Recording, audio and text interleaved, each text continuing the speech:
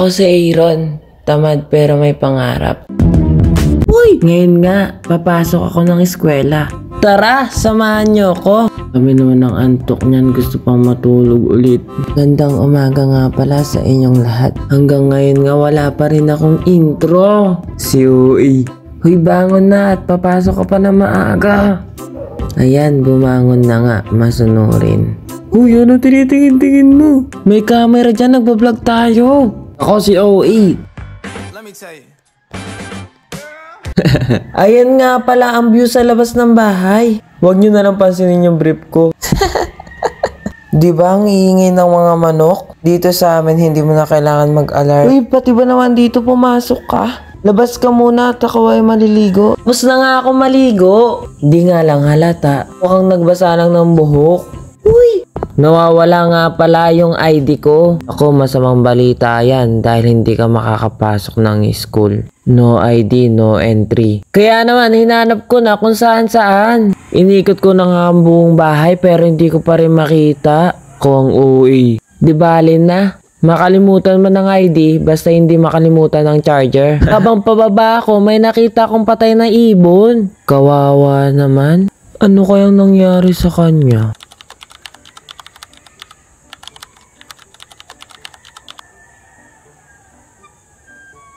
Kaya naman sagutin mo na ako, comment down below. Uy. Kailangan natin ilibing ng maayos, baka multuin tayo. Uy. Pero alam nyo ba ang moral lesson dito? Lahat tayo ay mamamatay. Walang pinipiling edad, bata man o matanda, king pitos pa man.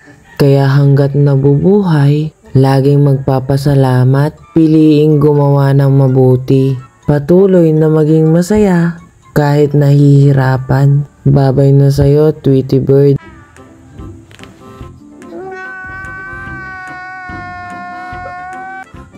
Oo nga pala, kailangan ko nang pumasok sa eskwela. Sa hindi nakakaalam, ako ay third year college na. Bachelor Secondary Education, major in Mathematics, na nag-iiwan ng katagang 4 plus 4 equal 10. May pasobra dahil special ka. Huy! Ang uy.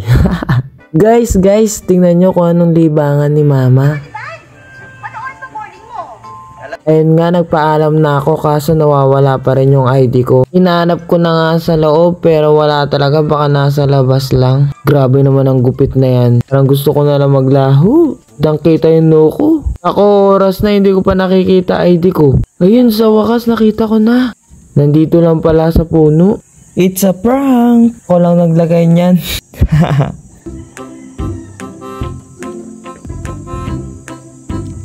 Biglang nawala. Parang pagmamahal niya sa'yo.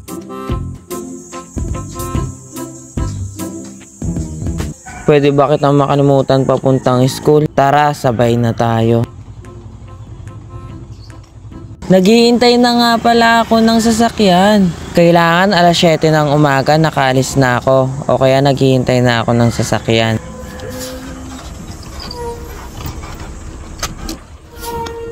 Swerte ko lang dahil nakabus ako ngayon.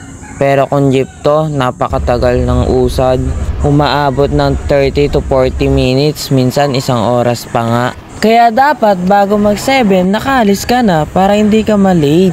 Dito nga lang pala sa munisipyo ang school namin, ang BPSU. Bataan Peninsula State University. Ngiyak-ngiyak nga ako, ganyan ang gupit ko. Ikaw ba naman papasok ng school na parang pinya?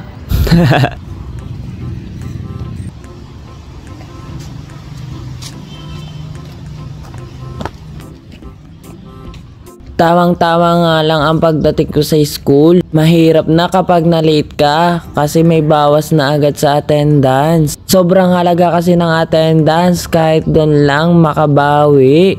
Biglang nag-cancel pala ng klase. Naku, anong gagawin ko ngayon? Wala tayong magagawa kundi maghintay dahil alas 3 pa ang susunod na klase. Ngayon nga kakain tayo ng karob. Hoy karob, hindi taro ba?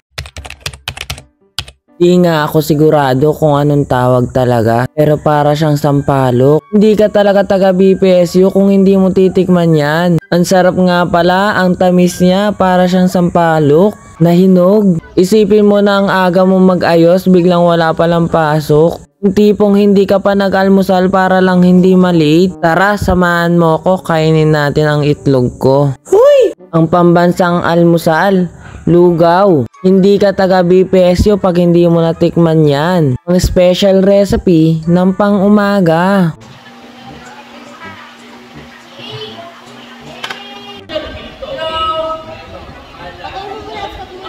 Dahil wala pang gagawin, tara, tulog. Ano sa Aaron as a student? Tamad po, tapos palaging late. Palagi late. Di naman ako nalilate ah. Dito.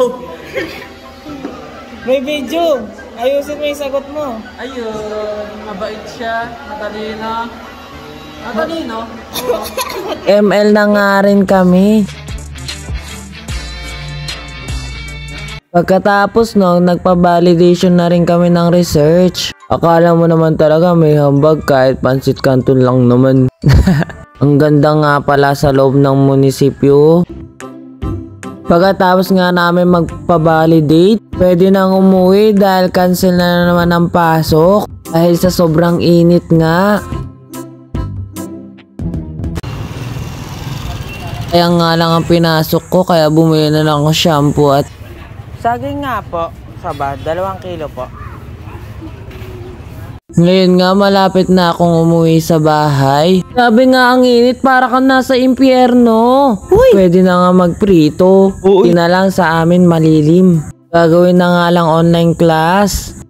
And that was June 22 of 1861. And he was baptized by Father Rufino Morientes. Well, of course, his godfather was, when we say paternal side, his ancestry on the side of Don Francisco. And later we will be discussing the ancestry of Rizal family on maternal side. Yung mga oras na yan, nilalabanan ko ang antok ko. Hanggang doon lang, bye-bye!